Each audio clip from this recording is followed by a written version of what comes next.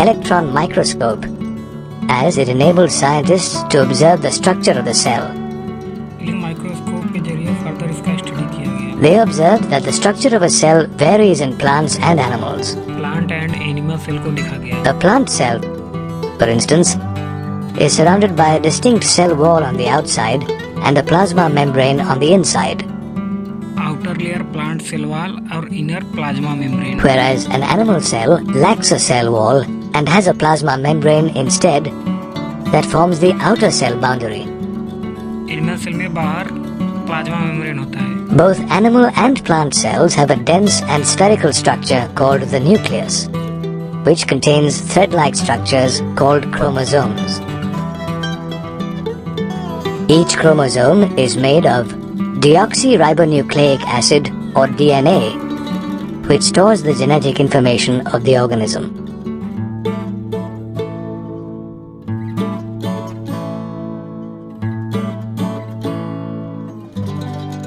If the nucleus is membrane bound, then the cell is called an eukaryotic cell. They are found in members of kingdom Protista, kingdom Fungi, kingdom Plantae, and kingdom Animalia.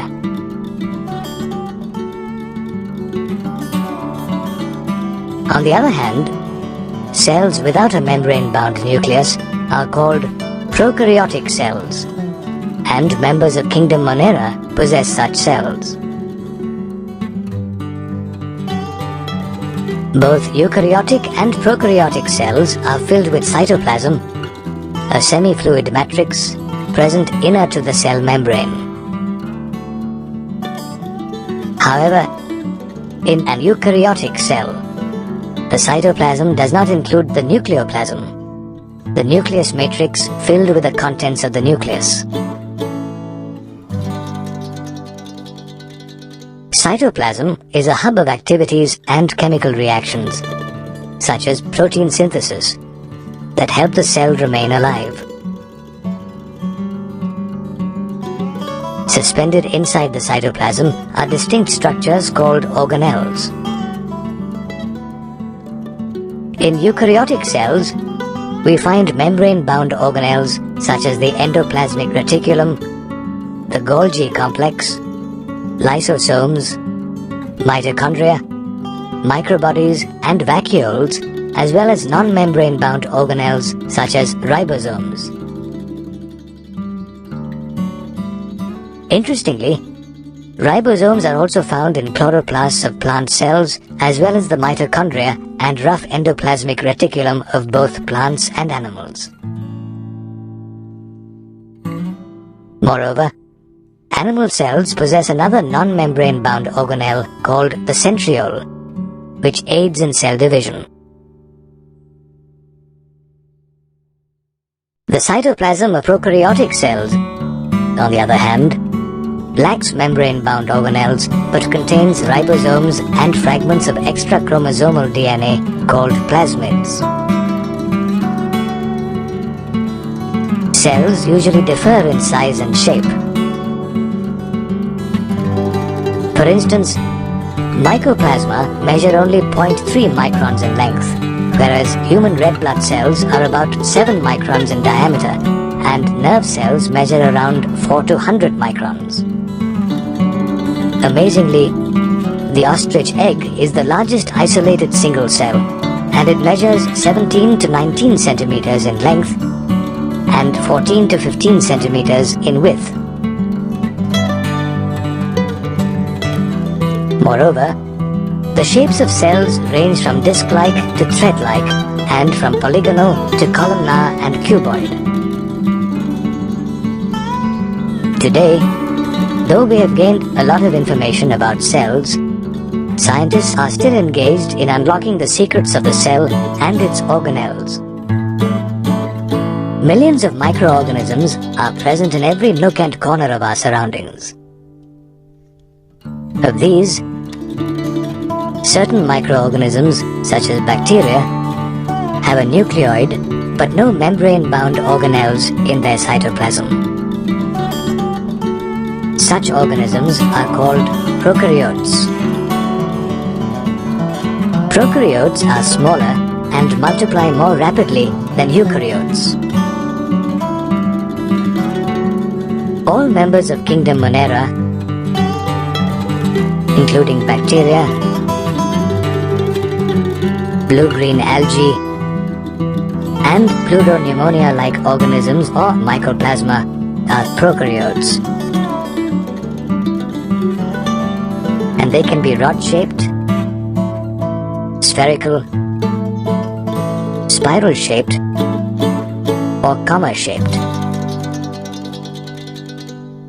Microscopic studies reveal that most prokaryotes, except for a few such as mycoplasma and thermoplasma,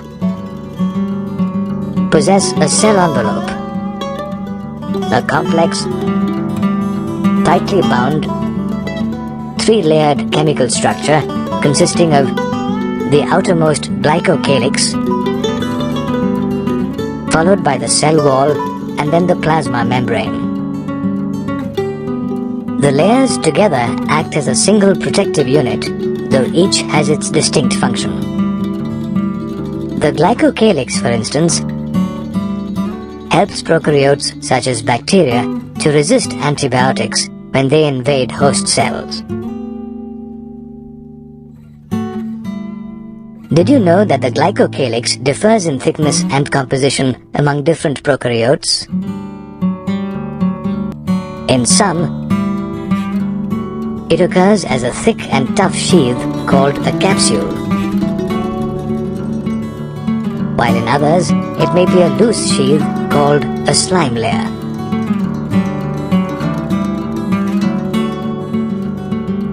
The glycocalyx is followed by a cell wall, which determines the shape of the cell and provides structural support, thereby preventing the cell from collapsing or bursting. Interestingly, the cell wall structure differs in different prokaryotes. In certain prokaryotes, such as Pseudomonas, the cell wall is composed of a thin inner layer of peptidoglycan and an outer membrane of lipopolysaccharide and lipoprotein. When such prokaryotes are subjected to the Gram staining procedure, they do not take up the Gram stain, but appear red or pink when counterstains such as safranine are added. Hence, they are called Gram-negative bacteria.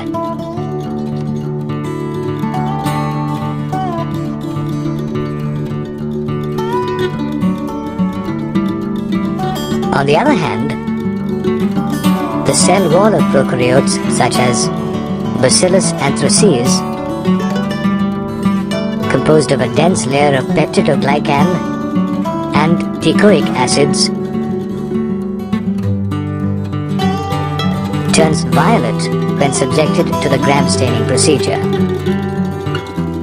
Hence, such prokaryotes are called Gram-positive.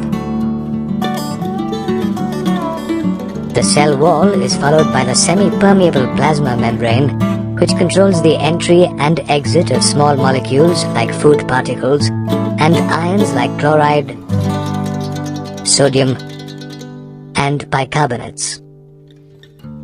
Often, the plasma membrane extends into the cell, forming the mesosome, a membranous structure seen in the form of vesicles, tubules, and lamellae. Incidentally, the presence of the mesosome is a characteristic feature of prokaryotes. Mesosomes help in cell wall formation, respiration, secretion processes, expansion of the surface area of the plasma membrane and enzymatic content,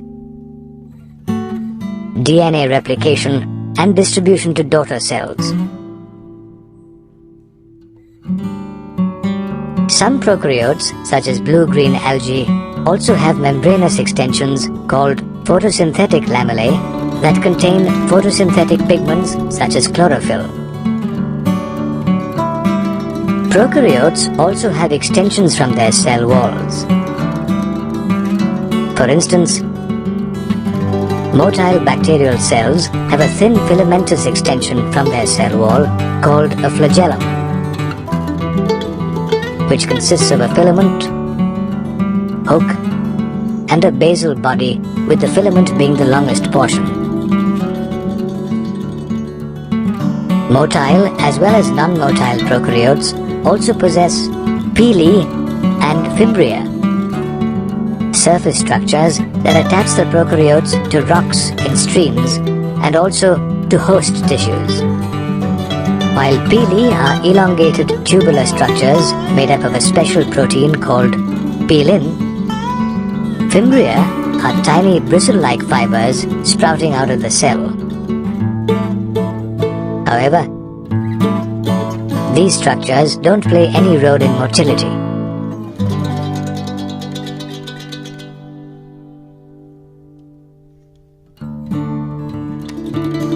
While pili and fimbria are present outside the cell envelope, the inside is filled with cytoplasm that hosts the genomic DNA, a single chromosome made up of circular DNA. Many prokaryotes also have small circular DNA called plasmids outside their genomic DNA, which confer unique enotypic characteristics such as resistance to antibiotics. The cytoplasm also contains ribosomes measuring about 15 microns by 20 microns in size, and consisting of two subunits, 50S and 30S, which together form the 70S ribosome. Here, S, or Svedberg's unit, stands for the sedimentation coefficient. It indirectly is a measure of the density and size of ribosomes. These ribosomes attach to a single messenger RNA, a type of RNA that aids in protein synthesis, forming a chain called a polyribosome or polysome, and ultimately translate messenger RNA into proteins. Apart from the ribosomes, cytoplasm also contains inclusion bodies such as phosphate granules, synophycean granules, and glycogen granules, which are used for storing reserve materials. These bodies are not bounded by any membrane system and lie free in the cytoplasm. Certain prokaryotes such as blue-green, purple, and green photosynthetic bacteria also have other inclusion bodies such as gas vacuoles, which help them to float in water. Prokaryotes thus are primitive organisms that possess a simple cell structure. Yet, they are the only organisms to thrive in almost all habitats, including underground caves and deep oceans. Our Earth is home to diverse species of plants and animals. Yet, they all have a common structural unit: